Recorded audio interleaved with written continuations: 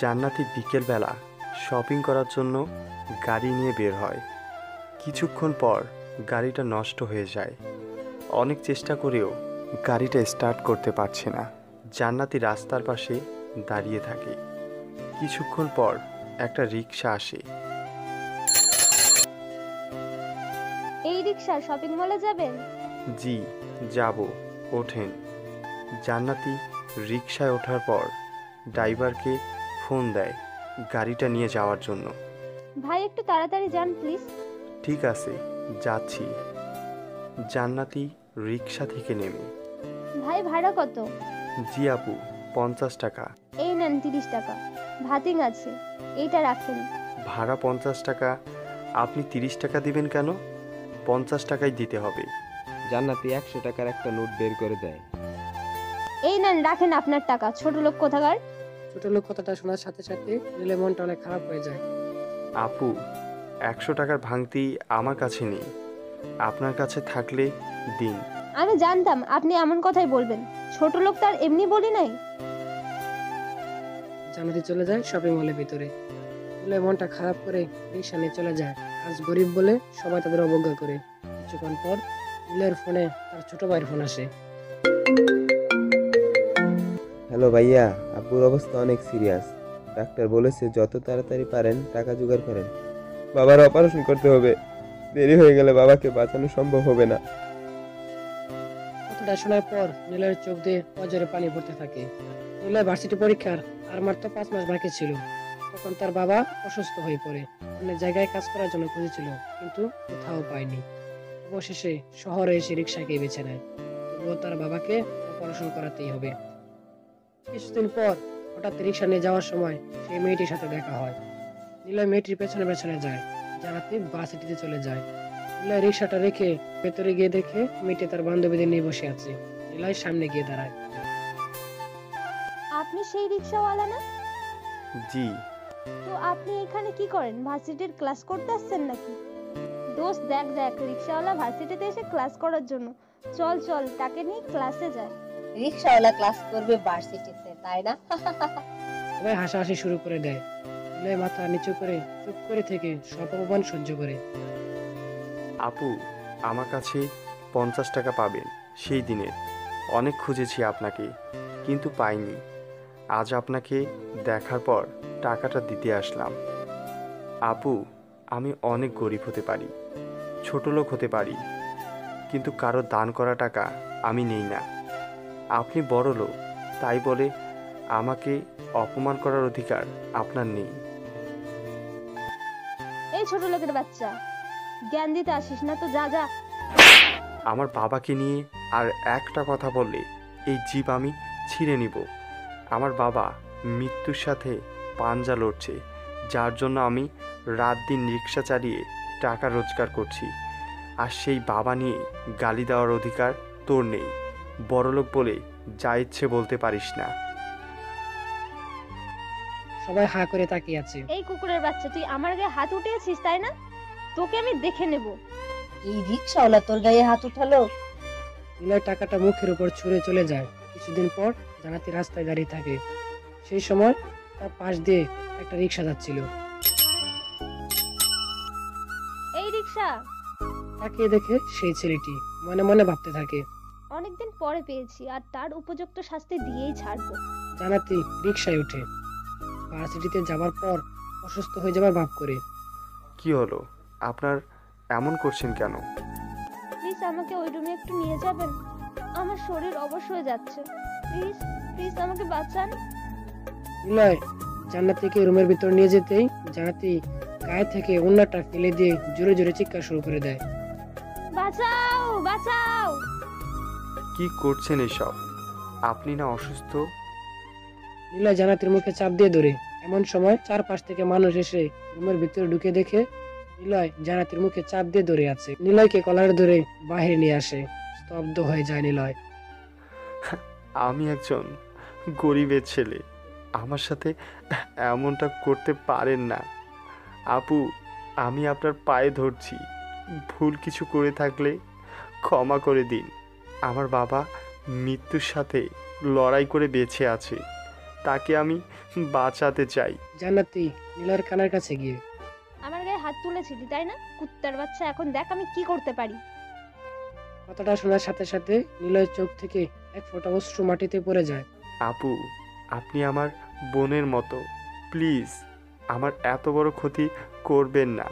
যত ইচ্ছে হয় মারুন, কিন্তু প্লিজ দেখেন, টাকা জোগাড় না করতে পারলে আমার বাবার অপারেশন করা হবে না। এত করে বলার পরও কেউ নিলয়ের কথাটা কানে নিল না।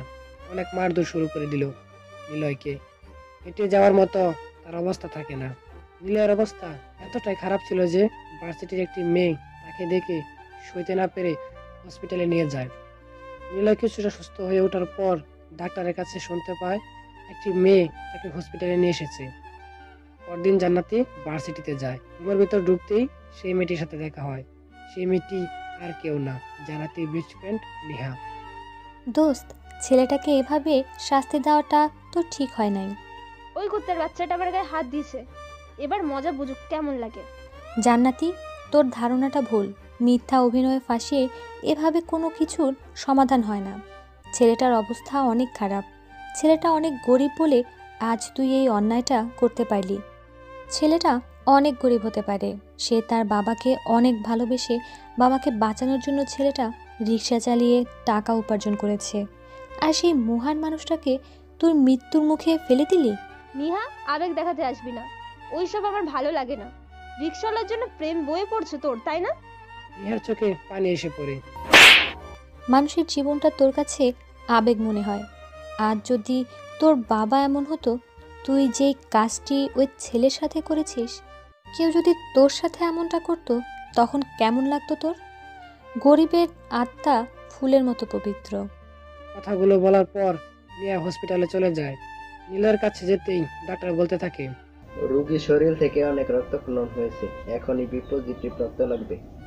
নিহা নীলয়ের ফুলের মতো মুখটার দিকে তাকিয়ে দেখে সইতে না পেরে, ডক্টর, আমি রক্ত দেব।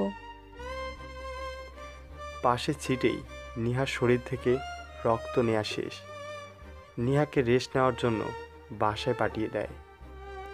নিলয়ের শরীরে রক্ত ওঠানো শেষ করে ডাক্তার চলে যায়। এমন সময় তার ফোনে কল আসে।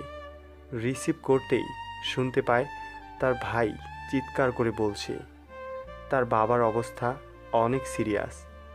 ডাক্তার 3 দিনের মধ্যে অপারেশন করতে বলেছে, না হলে তার বাবাকে বাঁচানো সম্ভব হবে না। কথাটা শোনার পর নিলয় হাসপাতাল থেকে পালিয়ে যায়। পরদিন নিহা এসে রুমের ভিতরে ঢুকতেই দেখে নিলয় ভিতরে নেই। ডাক্তারের কাছে জিজ্ঞেস করার পর শুনতে পায় ছেলেটি পালিয়ে গেছে। কথাটি শোনার পর নীরার অনেক খারাপ লাগে। যাকে রক্ত দিয়ে বাঁচালো তার নামটাও জানা হলো না। দেখতে দেখতে 2 দিন চলে যায়। নিলয় টাকা জোগাড় করতে পারে না। যেভাবেই হোক টাকা জোগাড় করতেই হবে। ওই সময় নিলয়ের মাথায় একটা বুদ্ধি আসে, এটা ছাড়া আর কোনো রাস্তা নেই। এমন সময় তার সামনে এসে একটা গাড়ি নষ্ট হয়ে যায়। গাড়ি থেকে একটা মেয়ে নেমে আসে। নিলয় পেছন দিয়ে গিয়ে মুখ চাপ দিয়ে ধরে, কিডন্যাপ করে, তাকে রুমে নিয়ে যায়। মেয়েটি ভয়ে অজ্ঞান হয়ে যায়। মেয়েটির চোখ হাত পা বাঁধার পর রুমে বাতি জ্বালাতেই তাকিয়ে দেখে মেয়েটি আর কেউ না, সেই মেয়েটি যার জন্য মিথ্যা অপবাদে মার খেয়েছে। নিলয় দেখা মাত্র আরও দ্বিগুণ রাগ বেড়ে যায়। নিলয় মনে মনে ভাবতে থাকে এখন মেয়েটিকে কিচ্ছু বলা যাবে না। নিলয় পেছন দিয়ে জান্নাতির চুলের মধ্যে ধরে, এই তোর বাবার নাম্বার বল।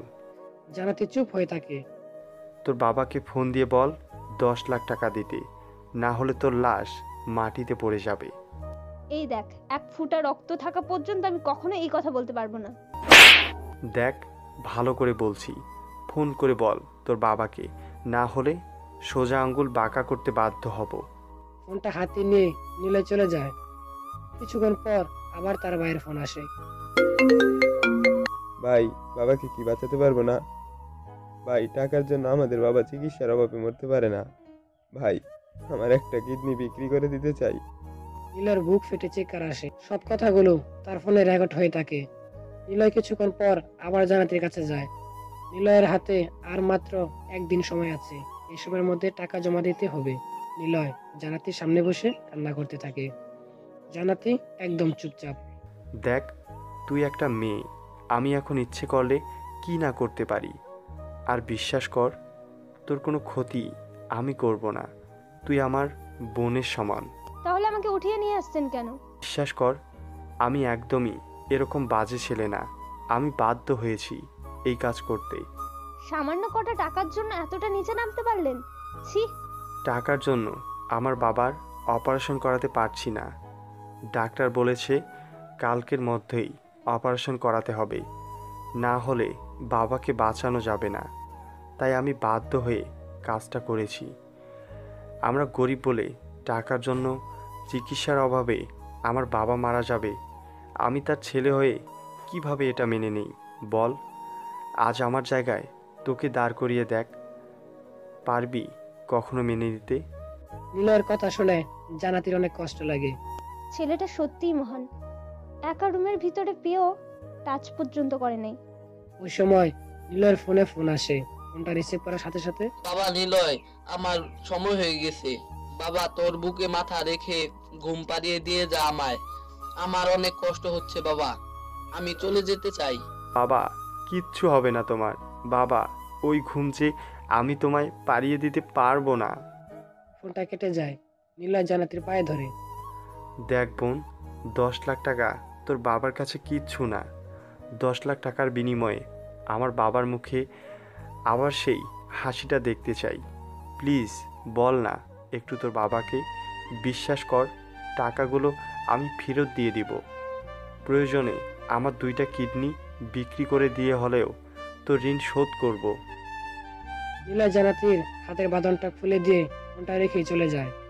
জান্নাতি চোখের বাঁধনটা খুলে দেখে তার সামনে ফোনটা পড়ে আছে।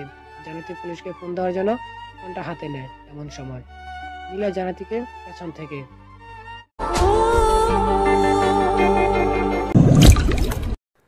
আপু, আমি জানি তুমি অনেক ভয় পাচ্ছ। আমি কথা দিচ্ছি টাকাগুলো তোমাকে ফেরত দিয়ে দিব। আমার স্বর্গ হলো আমার বাবা। সেই বাবার আজ প্রতিটা নিঃশ্বাস মৃত্যুর সাথে লড়াই করছে। প্লিজ, বাবাকে আমি বাঁচাতে চাই। নিলয় কেঁদে কেঁদে চলে যায়। নিলয় চলে আসার একটু পরেই জান্নাতি পুলিশকে ফোন করে সব বলে দেয়। তাকে কিডন্যাপ করে আনা হয়েছে। জান্নাতি অনেক খুশিতে বসে আছে। এমন সময় ফোনটা টিপতে টিপতে রেকর্ড লিস্টে চলে যায়। রেকর্ডটা চালু করতেই নিলয়ের ভাইয়ের কথাগুলো শুনতে পায়। পরেরটা প্লে করতেই দেখে তার বাবা কেঁদে কেঁদে বলছে। জান্নাতির কথাগুলো শোনার পর অজরে চোখ দিয়ে পানি পড়তে থাকে। গরিবের জীবন সত্যি বড় অদ্ভুত। জান্নাতি তার বাবার কাছে ফোন দেয়। বাবা, আমি জান্নাতি। মা, তোকে কত খুঁজেছি, কোথাও পাই না। তুই ঠিক আছিস তো? মা, তুই এখন কোথায় আছিস বল? এখনই পুলিশ পাঠিয়ে দিচ্ছি। বাবা, আমাকে কিডন্যাপ করে আনা হয়েছে। আমার অনেক কষ্ট হচ্ছে বাবা। ওরা আমাকে মেরে ফেলবে।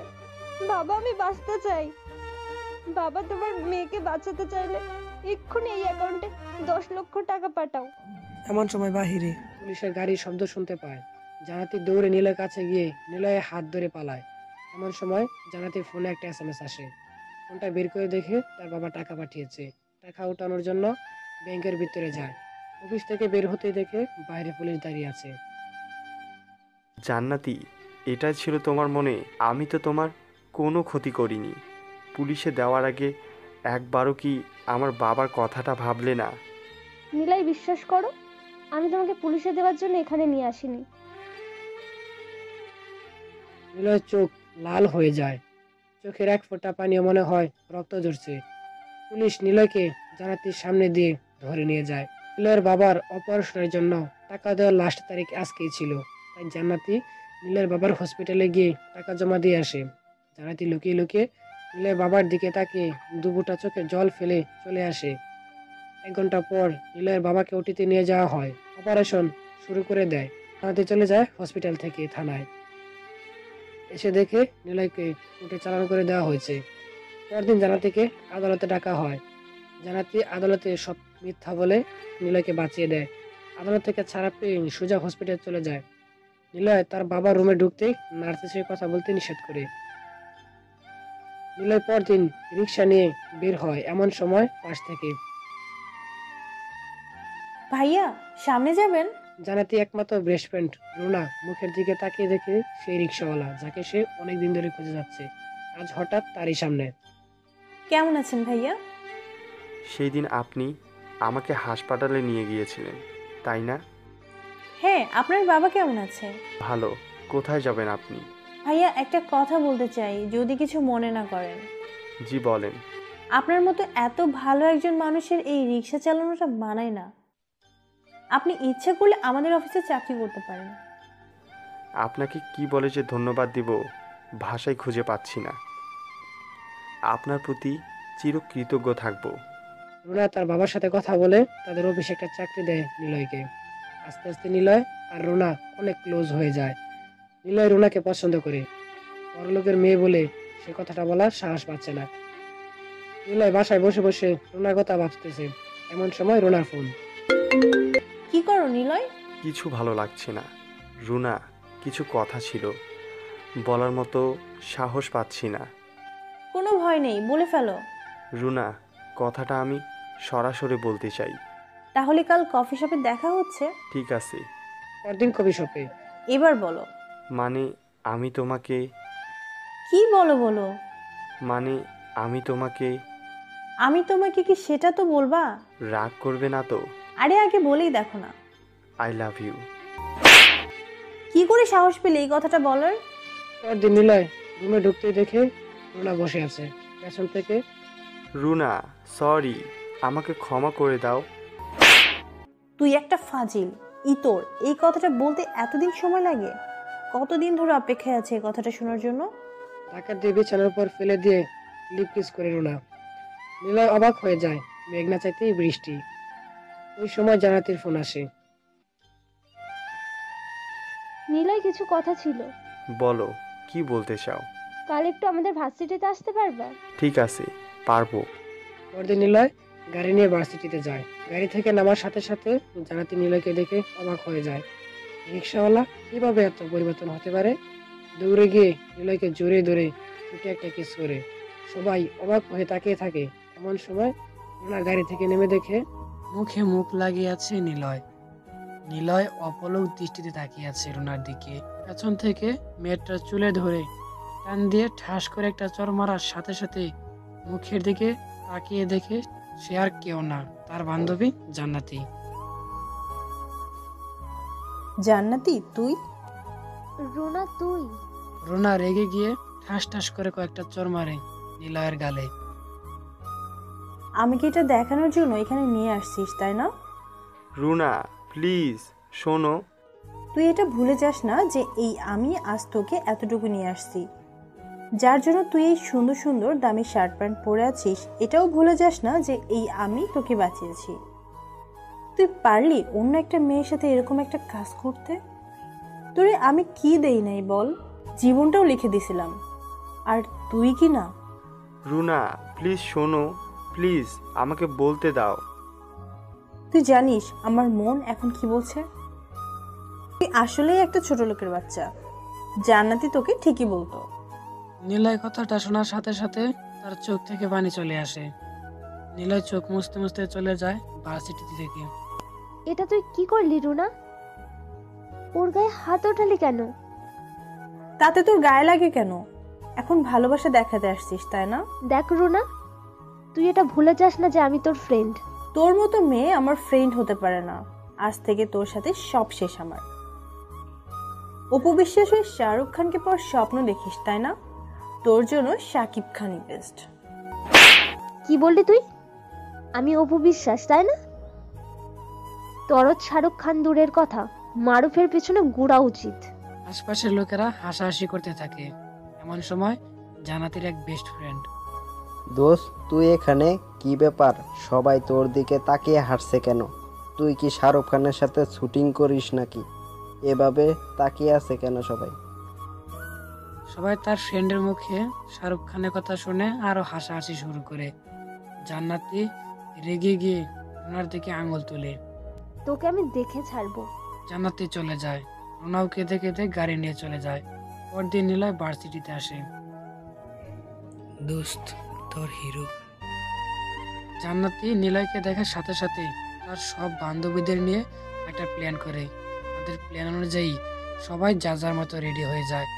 জান্নাতি নিলয়ের আগেই রুমে চলে যায়। নিলয় দরজার সামনে যেতেই জান্নাতি ল্যাং মেরে ফেলে দেয় তার উপরে। পড়ার সাথে সাথে ঠোঁটের উপর ঠোঁট পড়ে নিলয় একদম স্তব্ধ হয়ে যায়। রক্ত চলাচল দ্বিগুণ বৃদ্ধি পায়। এমন সময় পেছন থেকে প্ল্যান অনুযায়ী ছবি তুলে ফেলে তার বান্ধবী নীলা। জান্নাতি ধাক্কা দিয়ে তার উপর থেকে ফেলে দেয়। নিলয় জান্নাতের দিকে তাকিয়ে সুন্দর করে একটা হাসি দিয়ে চলে যায়। কিছুক্ষণ পর ভার্সিটিতে আসে রুনা। গিয়ে দেখে একটা মাত্র সিট আছে নিলয়ের পাশে। রুনা ওই জায়গাতেই বসে। নিলয় ক্লাসে স্যারের কথা না শুনে এক দৃষ্টিতে তাকিয়ে থাকে রুনার দিকে। স্যার নিলয়কে দেখা মাত্র দাঁড় করায়। আমি কি পড়াচ্ছিলাম, বোর্ডে এসে লেখো। নিলয় বোর্ডে গিয়ে লিখে, রুনা সরি। স্যার লেখাটা দেখার সাথে সাথে, কি এটা পড়াচ্ছিল আমি? আমার ক্লাস থেকে এখনই বেরিয়ে যাও। Sorry sir. বোর্ডের লেখাটার দিকে তাকিয়ে রুনা বাহিরে চলে যায়। নিলয়ও পেছনে পেছনে চলে যায়। রুনা পেছন ফিরে, আপনার সমস্যা কি? সে কখন থেকে দেখছি ফলো করছেন। রুনা প্লিজ একটু শোনো। তোর কোনো কথাই আর শুনতে চাই না। এমন সময় অচেনা নাম্বার থেকে একটা এমএমএস আসে। রুনা ফোনটা হাতে নিয়ে দেখে নিলয় জান্নাতির উপর শুয়ে কিস করছে। এটা দেখার সাথে সাথে চোখের কোণে জল এসে পড়ে। যতটুকু ভালোবাসা ছিল নিলয়ের জন্য সব শেষ হয়ে যায় রুনার।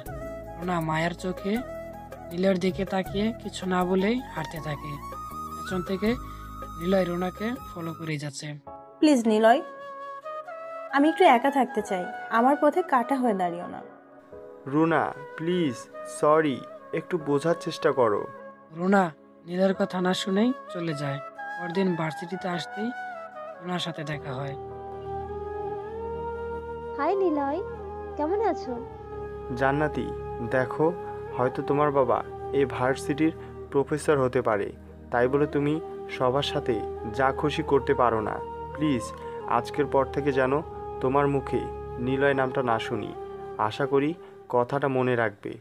কি তোমাকে দিয়ে দিলাম। আর হ্যাঁ নিলয়, তুমি যে বিয়ের কাগজটায় সাইন করেছিলে সেটা ছিল মিথ্যে সাজানো একটা কাগজ। আমি চাচ্ছিলাম না আমার বিয়েটা এভাবে হোক। আমি শুধু তোমার মনটা জয় করতে চেয়েছিলাম। আজ আমি জিতে গিয়েও হেরে গেলাম তোমার ভালোবাসার কাছে। আমি তোমাদের বিয়েতে আসবো। ভালো থেকো। পেছন থেকে নেহা রুনা বলে ডাক দেয়। রুনা পেছন না ফিরে কান্না করতে করতে চলে যায়। নেহা নীলের চোখের দিকে তাকিয়ে দেখে চোখ লাল হয়ে অজরে পানি পড়ছে। এতটা কান্না করতে কখনো দেখিনি নেহা। নেহা তার হাত দিয়ে নীলের চোখটা মুছে দিয়ে রুমে চলে যায়। দেখতে দেখতে প্রায় 10 দিন চলে যায়। নিলয় আর আগের মতো স্বাভাবিক হয়ে ওঠে না, সবসময় মনমরা হয়ে থাকে। একদিন হঠাৎ নেহার ফোনে তার বাবার ফোন আসে। হ্যালো মা, তুই নিলয়ের বাবা মাকে নিয়ে আমাদের বাসায় চলে আয়। 2 দিনের মাঝেই সবকিছু নিলয়কে বুঝিয়ে দিয়ে তাদের বিয়েটা দিয়ে দিতে চাই। আচ্ছা বাবা, ঠিক আছে, আমি আসবো। নেহা কথা বলা শেষ করে নিলয়ের কাছে যায়। আচ্ছা নিলয়, তুমি কি রুনাকে ভালোবাসো? সত্যি করে বলো আমায়। সবসময় এরকম মন মরা হয়ে থাকবে কেন? কি হয়েছে বলবা তো? কিছু হয়নি আমার, তুমি যাও প্লিজ, একা থাকতে দাও। নিলয়, কিছু কথা ছিল। ঠিক আছে বল। বাবা ফোন দিয়েছিল আমাদের বিয়েটা ঠিক করার জন্য।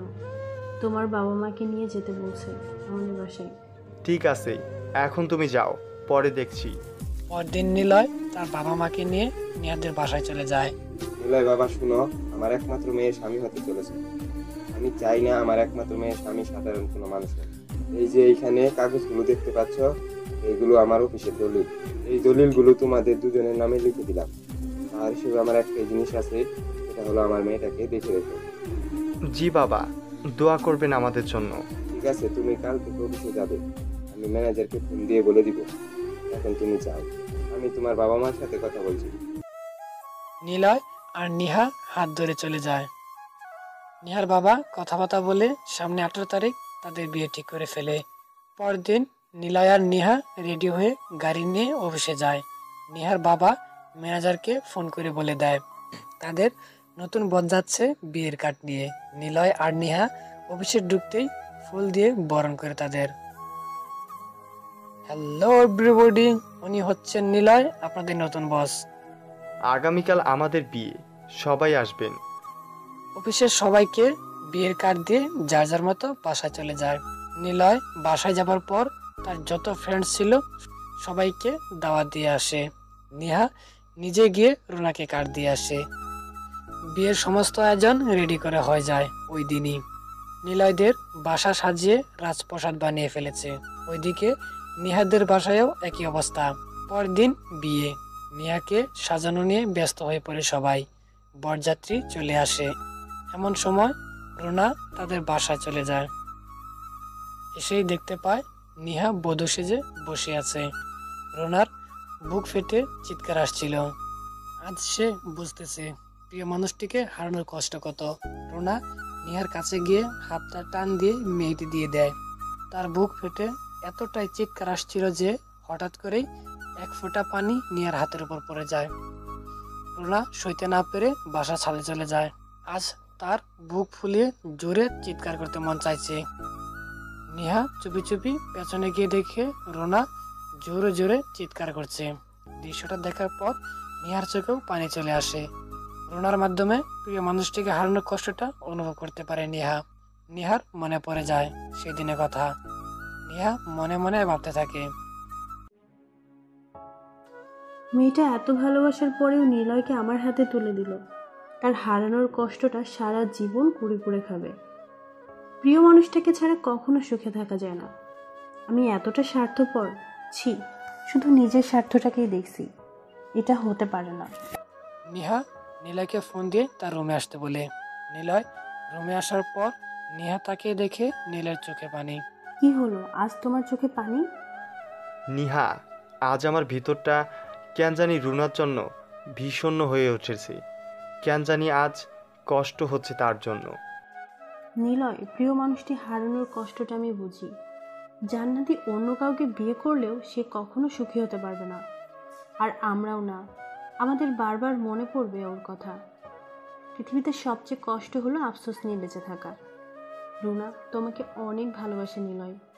এতটা ভালোবাসার পরেও তোমাকে আমার হাতে তুলে দিছে। তোমাকে সুখে দেখার জন্য ওর চিৎকার আমি সইতে পারছি না। নিলয়, আজ তোমাকে একটা কথা বলবো যেটা আমার জীবনের মতোই মূল্যবান। রাখবে তুমি সেই কথাটা? কি বলো?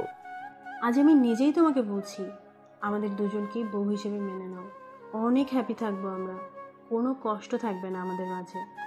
নিহা, জানো, হয়তো আমি তাকে ঘৃণা করি, কিন্তু আজ আমার ভিতরটা কুরে কুরে খাচ্ছে সেই দিনের কথাগুলো শোনার পর থেকে। যেই মেয়ে এতটা ভালোবেসেও তার ভালোবাসার মানুষটির সুখের জন্য আরেকজনকে দিয়ে দিতে পারে, পৃথিবীর তার থেকে আর কেউ মহৎ হতে পারে না। সত্যি আমরা সুখী হতে পারবো না রুনাকে ছাড়া। নিহা নিলয়কে জড়িয়ে ধরে। একদম ঠিক বলছো। আমি যেমন তোমাকে ভালোবাসি ঠিক ততটুকুই ওই তোমাকে ভালোবাসে। আমার পক্ষে তোমাকে হারানো কোনো দিনই সম্ভব না, ঠিক ততটুকুই রুনার কাছেও। ও অনেক কান্না করতেছে ছাদে। প্লিজ তুমি তাড়াতাড়ি চলো, না হলে কিছু একটা হয়ে যেতে পারে। ওইদিকে রুনা মনে মনে ভাবতে থাকে, বেঁচে থাকলে প্রিয় মানুষটিকে হারানোর কষ্ট নিয়ে বেঁচে থাকতে হবে। এতটা কষ্ট নিয়ে বেঁচে থাকার চেয়ে পৃথিবী ছেড়ে চলে যাওয়াটাই ভালো। রুনা ছাদ থেকে লাফ দেওয়ার জন্য রেডি হয়। এমন সময় নিলয় এসে হাজির হয়। পেছন থেকে নিলয় জোরে চিৎকার করে, রুনা প্লিজ শোনো। পেছন ফিরে দেখে নিলয়। নিলয় দৌড়ে এসে জোরে জোরে রুনাকে ঠাস করে একটা চর মারে রুনার গালে।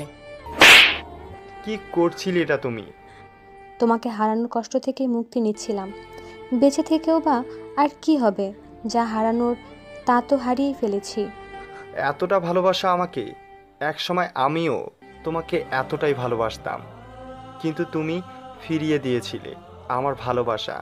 কিন্তু আজ আর আমি তোমাকে ফিরিয়ে দিব না। আমি তোমাদের দুজনকে বিয়ে করতে চাই, কাউকে হারাতে চাই না। সত্যি বলছো নিলয়? আমার কোনো আপত্তি নেই। আজ আমি আরেকটা জিনিস শিখতে পারলাম, সেটা হলো জীবন মানেই মৃত্যু নয়। মৃত্যু কখনো জীবনের সমাধান হতে পারে না। রুনা দৌড়ে গিয়ে নেহাকে জড়িয়ে ধরে। সত্যি তুমি মহান। আজ তোমার জন্য নতুন করে আরেকটা জীবন ফিরে পেলাম। আজ থেকে তুমি আমার সতীন নও, বোনের মতো। নিলয় হাসতে হাসতে তাদের দুজনকেই জড়িয়ে ধরে। তাদের বিয়ে হওয়ার পর বাসরাতে নিলয় ঘরে ঢুকতেই দেখে তারা দুজনেই বউ সেজে বসে আছে। নিলয় রুমের ভিতরে ঢুকতেই, নিলয়, আজ তোমার আমার সাথে থাকতে হবে। না, আমার সাথে থাকতে হবে। না, আমার সাথেই থাকতে হবে। না, আমার সাথে। আহ, তোমরা চুপ করো তো। মেয়েদের জীবনে বাসরাত একদিনই আসে, কাউকে বঞ্চিত করব না। একসাথেই থাকবো আমরা। কিছুক্ষণ পর নিলয় কাছে গিয়ে, এই সরাও না একটু প্লিজ। কি সরাবো? প্লিজ একটু সরাও না। আরে কি সরাবো সেটা তো বলবা। বুঝো না বাসরাতে কি সরাতে হয়? আহারে, শখ কত! লজ্জা করে না বুঝি? এত লজ্জার কি আছে? নতুন বউ না তো আর, যার জন্য ঘোমটা দিয়ে থাকা লাগবে। আপনারা হয়তো বলবেন রুনার সাথে কেন মিলতে দিলাম। উত্তর এটাই যে তার ভুলগুলো বুঝতে পেরে পুনরায় ফিরে আসতে চায়। তাকে অন্তত একটা বার সুযোগ দেওয়া উচিত তার ভুলগুলো শুধরানোর জন্য। আর সেই ব্যক্তি পৃথিবীর সব থেকে শ্রেষ্ঠ। মনে রাখবেন, তার দ্বারা দ্বিতীয়ত ভুল হওয়ার সম্ভাবনাটা খুবই কম। আর তাদেরকে যদি ক্ষমা করে দেওয়া না হয়, তাহলে তারা সমাজের কাছে খুবই অবহেলা পেতে পেতে এমন একটা পর্যায়ে যাবে যে তারা কারো কাছে ঠাঁই পাবে না। এভাবে একটা সমাজ কখনো এগোতে পারে না। সমাজে শান্তিপূর্ণভাবে বসবাসের জন্য যে যত বড় ভুল করুক, তাকে অন্তত একটা পার সুযোগ দেওয়া উচিত তার ভুলগুলো শুধরানোর জন্য।